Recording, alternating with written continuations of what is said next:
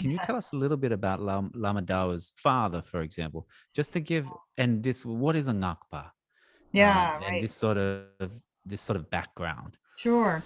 Yeah, Ngagpa is a whole very significant tradition in Tibetan Buddhism. Of course, it goes all the way back to the beginning of the time of Guru Rinpoche.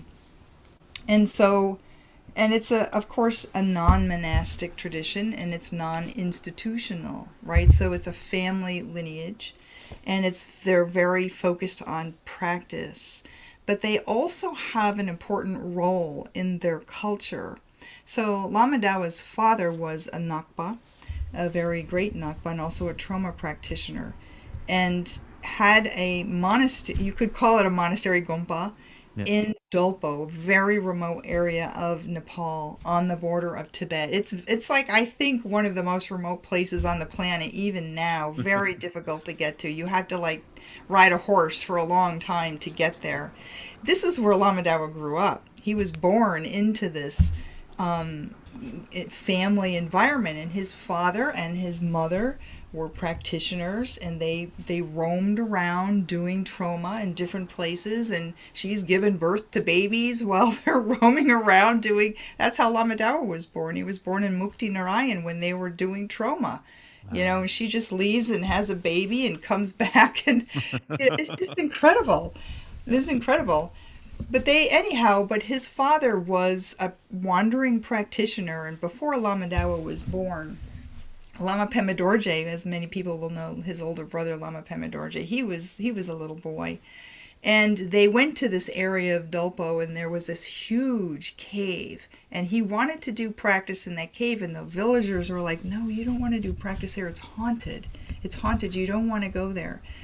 But he did, and he did. He was there for weeks doing practice, and the villagers noticed that, wow, the weather's so nice and everything is Yes. so good, and so they requested him to stay to be their lama, because they didn't have a lama in this. There were like a series of 6 small villages, and there was no monastery and no lama. So he ended up staying, and they built this 3-story monastery in a cave, and that became the Gompa, right? So that was the residence. The bottom floor was the animals, the second floor is where they lived, and the top floor was the Gompa. And so he was the Ngagpa for these villages, and they do everything for the people. They do healing rituals, they take care of the dead bodies, they make sure it rains on time. They prevent epidemics. They are, of course, knowledgeable in astrology and medicine. They are everything to the people, and they have to do all these pujas and rituals to dispel negativity.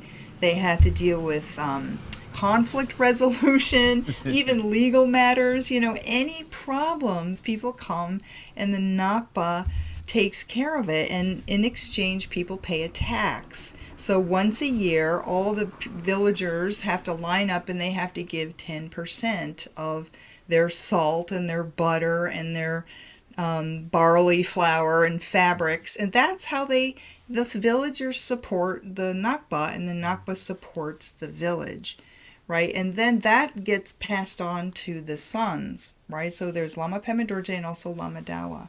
So they are automatically, they get, like, his father taught him how to read. Normally they don't learn how to read unless you go to a monastery.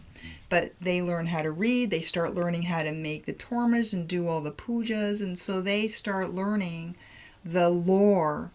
And the life is 100% around the Dharma. It was always around their father's retreats or mother's retreats. They would go on these long, arduous pilgrimage tours. It was 100% revolved around the Dharma. So they're not really secular people. Yes. They're not living a secular life. It's 100% revolving around practicing the Dharma, but it's the whole family involved. And so he was raised in this environment in Lama Dao until they left in 1960, because of the communist Chinese were starting to encroach on the territories, and they were worried they were going to be invaded. They could hear the bombs. And so they all decided, the villagers, they did this 1-month trek across the Himalayas to go to Kalimpong because they heard that Dorje Rinpoche had just left Yeah. and arrived.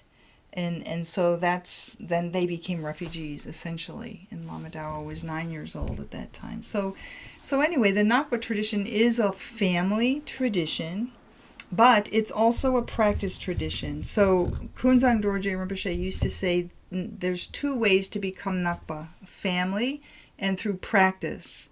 So through going through the course and the training and arriving at certain stage, you then you receive Ngagpa ordination. It is an ordination. Some people will call them tantric vows, but it's much more than that. And so, so it's a different tradition that has existed, since beginningless time.